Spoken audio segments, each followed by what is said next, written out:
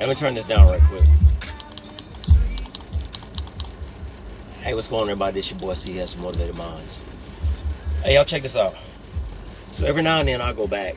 You know, if you go back and look at some of my older videos, every now and then I will go back and I will post a video that I did a while ago that I just never posted from the jump. So the reason why I do that is because one is because I never posted the video, but two, I think that some of the stuff that I talk about, like let's say 2018, 2019, is still relevant today. So that's what I'm gonna do for this next video.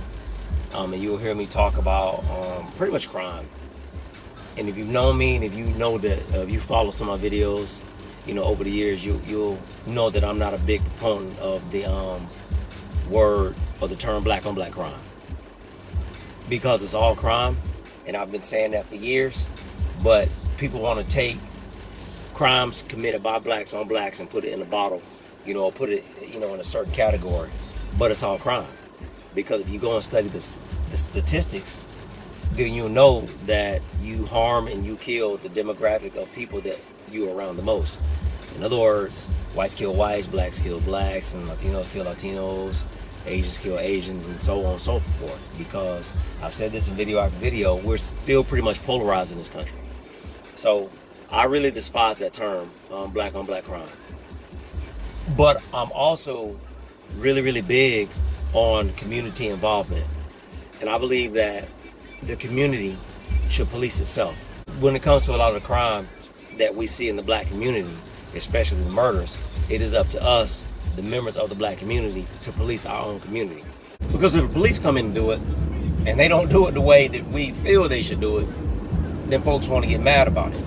And I just feel like, you know, cleaning up our neighborhoods and stuff is a joint effort between the citizens that live in the neighborhoods and the police. But at the end of the day, it's up to us to police our own neighborhoods.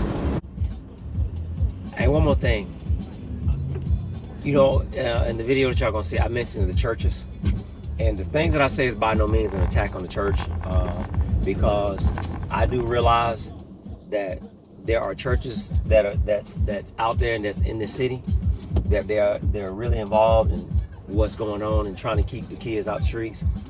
But I'm just saying that, you know, I just feel like for the amount of churches that are here in this city, especially like if you ride on the north side, a lot of the churches could be doing more than what they're doing besides staying confined into their four walls, is all I'm saying. So it's not a shot at the churches.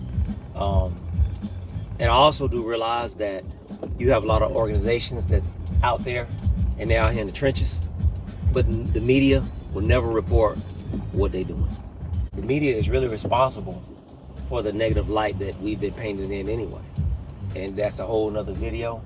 So I'm just saying to the churches and all the organizations out there, you know, just trying to stop the violence with these kids and this within the city, y'all keep doing what y'all doing, because we got to do it ourselves, because we can't expect outsiders to do it. We can't expect the media to come in and show when we're doing positive things within our own community. All right, this is gonna be kind of quick, because it's the weekend.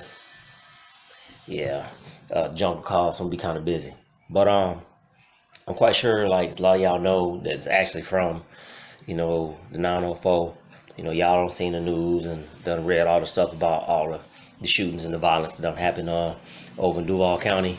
I guess it's been 48. I think it's been 48 murders, you know, up to this point. So I guess we're I ain't gonna say we lead the nation, but we getting up there, and that's just only, you know, pretty much 2 months in. But I just want y'all to think about something. You know, they talk about bringing in the National Guard. You know, I was talking to my mom about that last night. But they talk about some people want to bring in the National Guard and all this foolishness. There's no simple solution, but part of the solution is that the community has to get involved in this. And the reason why I say the community is because the community really kind of had the power to stop it. Now I'm gonna tell y'all don't want them folks to get involved. Y'all don't want the politicians to get involved. Because when the politicians get involved, you ain't gonna like the outcome. So I want y'all to think about something. y'all remember, well, some of y'all may not be old enough to remember, but y'all remember doing the whole crack thing, in the 80s and going to the early 90s, right?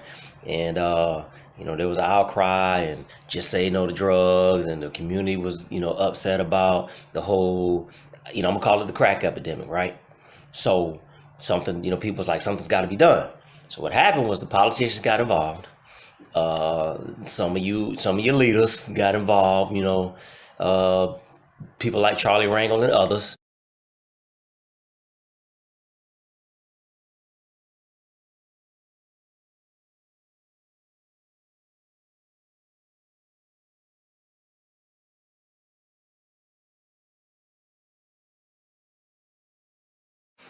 And they went to the president at the time.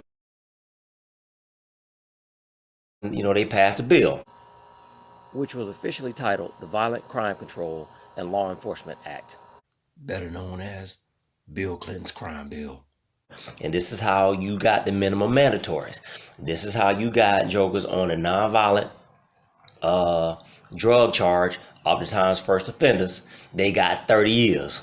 Prison population of the United States was flat most of the 20th century. The last 50 years, there's this era shaped by a commitment to mass incarceration and excessive punishment. Prison population goes from 300,000 to 2.3 million. Right, and most of us know, some of us know, some folks is locked up right now. They've been locked up since the 90s, and they got 30 years on a drug charge. But that's how that happened, because people was like, something must be done, and you got people now doing more time for a drug charge than you do for a murder, for lewd lascivious acts against a child, and some other stuff, right? The politicians, they took it and ran with it. And what we ended up with was they passed laws that the sentence for the sale or distribution of crack cocaine was more severe than the sale or distribution of powder cocaine. A person, for example, found with 5 grams of crack cocaine faced a 5-year mandatory minimum sentence. A person holding powder cocaine would need to have 500 grams to get that same sentence. Ending this disparity is expected to be a key potential criminal justice reform proposal. What's going to end up happening is everybody want gun laws. Okay, they're going to pass these laws. They're going to pass some laws, and some of y'all cousins are going to be more affected by these laws than anything. And if you don't believe me, go look at the Mulford Act in 1963, 64, 65, or somewhere like that in California, and how that came about.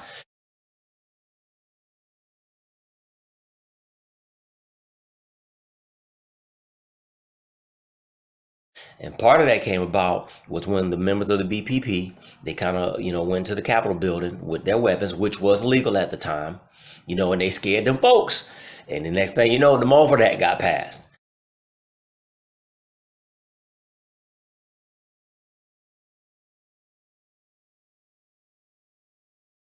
So now, they made it illegal, and go read it. Just go read it. So, people want something done. You get this huge outcry. And what happens is, the result is, it affects some of us more than others. America has 5% of the world's population, but 25% of the world's prisoners. And there are very clear racial disparities in this. The Bureau of Justice estimates that if you're a white male in the US, there's a 1 in 17 chance you'll go to jail or prison at some point in your lifetime. For Hispanic males, it's 1 in 6. For African Americans, 1 in 3. Just like now, you got this this whole opioid epidemic, as they're calling it. Well, there hasn't been a law yet that has been passed to make the sentence for selling opioids, more severe than anything. Not yet. But what has happened was, there was a dude, and you can look him up. He sold some heroin, laced with fentanyl, and they trying to give him life. Go look it up though. And they're about to set a precedent, right? And, but I don't really want to talk about the case, but go look it up.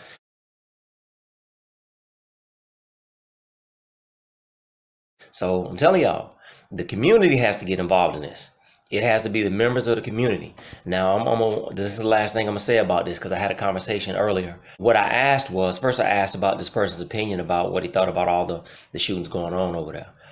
And the reply was, Well, part of the reply was, well, they took God out of it, right? And then my reply was, well, there's a church on every corner over there. So what is the church doing about it? Because once in a lifetime, the church was once the pillar of the community. And when things happened, it was the church leadership and it was the church that got folks together and did some things about it. But his point, he came back with, he said, well, what you got to think about is back in the days, you didn't have as many churches either. And it was true that the church was the pillar of the community, but you didn't have a church on every corner and people got together and they talked to each other. And I was like, that's true. I said, but you said, well, God is nowhere in this. I said, well, what about, we had the civil rights movement and all of that stuff prior to. I said, well, God was all up in it because, the Negro in America is some of the most spiritual, prayingest, believingest people that you're going to meet. And guess what? They were still being drugged out of houses. They were still being lynched. They were still being burned. They were still being shot and all of this. And God was all up in it. So that might not be the solution either. Joker's been praying since the first slave ship docked here, right? And they were taught a religion that was not their own. So I said this was gonna be quick. Dang. So I said, we can say that God ain't in it, but number one, there's a church on almost every corner in the city of Jacksonville. Some corners is 3 and 4. So what are people doing? And we can make every excuse in the book, but if they can rake in the money and get people's money, then to me, it is a community effort. It is up to the church leadership and to the people in the community to come together and hit the streets and not stay in the 4 walls of the church or stand behind the pulpit and talk about what people need to do. For the churches that are out there that's doing it, hey, I salute y'all. For all the organizations out there that's out there doing it, I salute y'all. But it is a whole community effort. And my point behind this is be careful what you ask for, because when Lil Mook and them, and some of y'all don't care, but when they doing 30 years, for trying to protect themselves and they carrying a firearm, don't be mad. And with Lil Johnny, they get away with it. So I'm just saying, that's all I'm gonna say about that. I'm out.